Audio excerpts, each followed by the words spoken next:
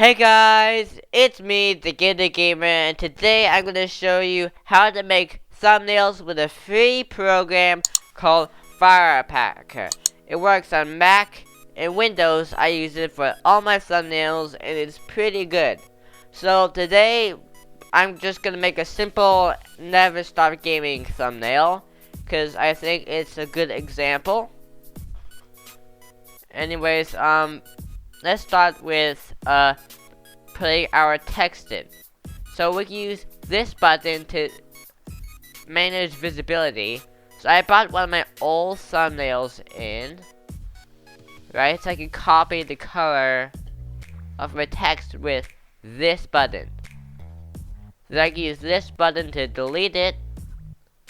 I go to the T for text, and I'll type an episode and a title. Let's just name it dog, right? You can't see the menu because my recording software. I'll just explain it to you. So you want to check mark bold. Whatever font you use, you want to bold it. Okay? I'll change the font to my pixel font that I liked. There's a font name list you can check from, but I downloaded my own custom font. Well, it's not custom, I just found a font that I liked. I'll bring the size to the very maximum, and I'll give it a border. By the way, the maximum they give in the down arrow, you can just type instead. It'll work just as fine. Let's just say episode 1. I brought the edge width up to 9, I think. Yep. So that's our text, right? You always want the text to be super big. Just a rule of thumb, when you're taking a picture in game, try to have your subject either, let's say, you want it either, you want your subject to be right here, this area, this area, this area, or this area. You don't want it in the middle. You want it offset to the side, okay?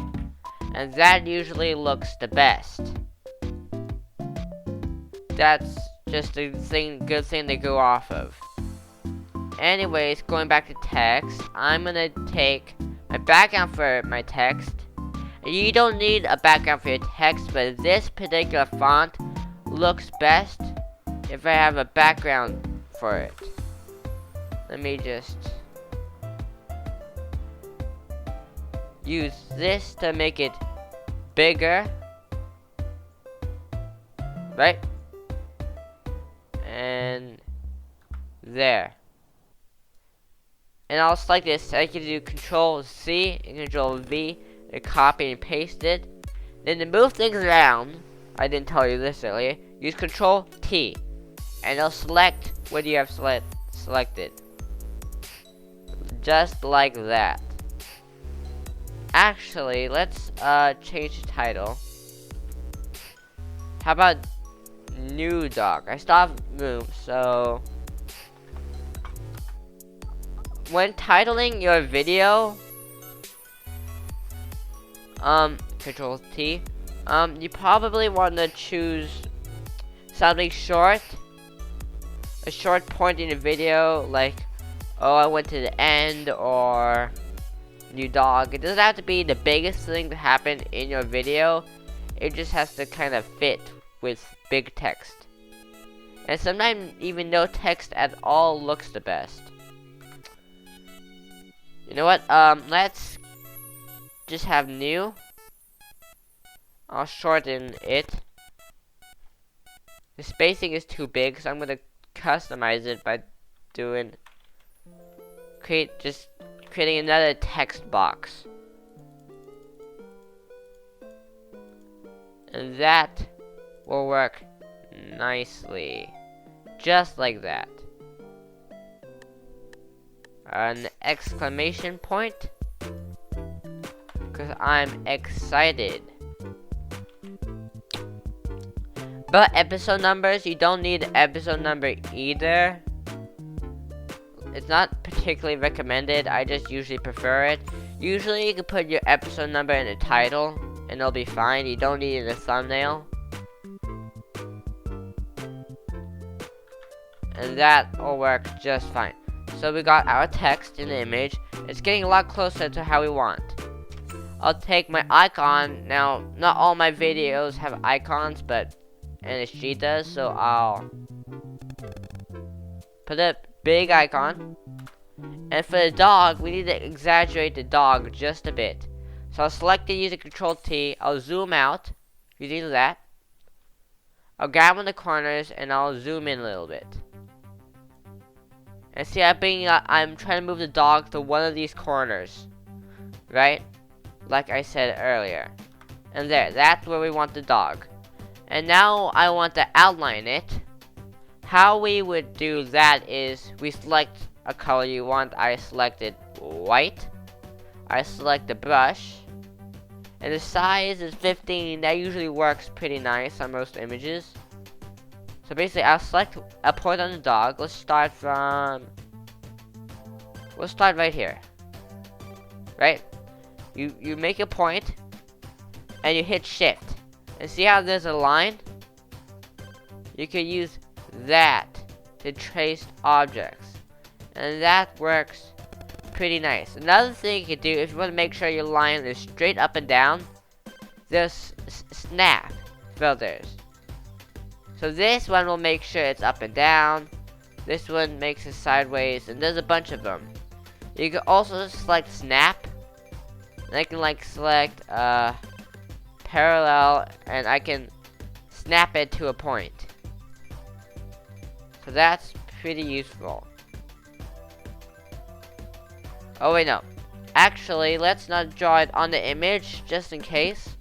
Because I might want to edit the image independently. So, I'll copy this image. I'll get the white transparent brush. I'll just transparent it all. Now it should be completely transparent. And bring the brush size back down to 15 and zoom back in. There we go. So, again, I'm going to try to trace the dog out. This doesn't take very long at all. There we go. And we have traced around the dog, and that looks... Okay, I might make the line thicker. Actually. That's okay. Anyways, the back of the image, I'm going to hit Filter. I'll hit Hue. A pop-up pops up. You can't see it. But I'll turn the saturation up by 30. And the brightness up by 1. And see how the image looks much more vibrant, easy to see, much nicer. And now what I can do is I can use this to combine elements if I want to. You don't need to, but if you want to do that. And that'll let me just mess with the dog just a little bit more. Get it as big as I possibly can, and there. That should be the thumbnail pretty much done. And remember, when people look at this, they're going to be zoomed out, so I like to look at it zoomed out and see, can I read the text? Can I see the subject of the image, which is the dog? The outline's a little too thin, but oh well. It's just fine. Oh, if you ever want to flip something, let's like this, for example, you can hit layer, go down to rotate. It's second from the bottom, and you can, there's two options. You can either flip vertically or horizontally, which I'm not gonna do, obviously. And there's a few more brushes you can mess with, like this airbrush, right? And you can mess with that. There's watercolor. You can smudge things. There's a blur, if you want to like blur your background, I guess.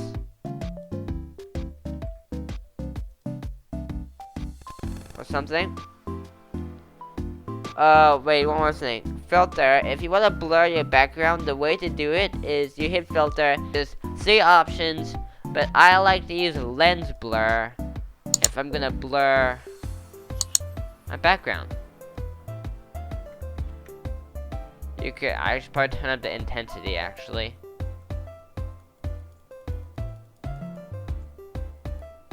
We have to be much. There, I can blur the background if I wish to. But I'm not going to. Okay, yeah, that's it. That's all I have for you. Thanks for watching. Download the application. I'll leave the link to the website in the description.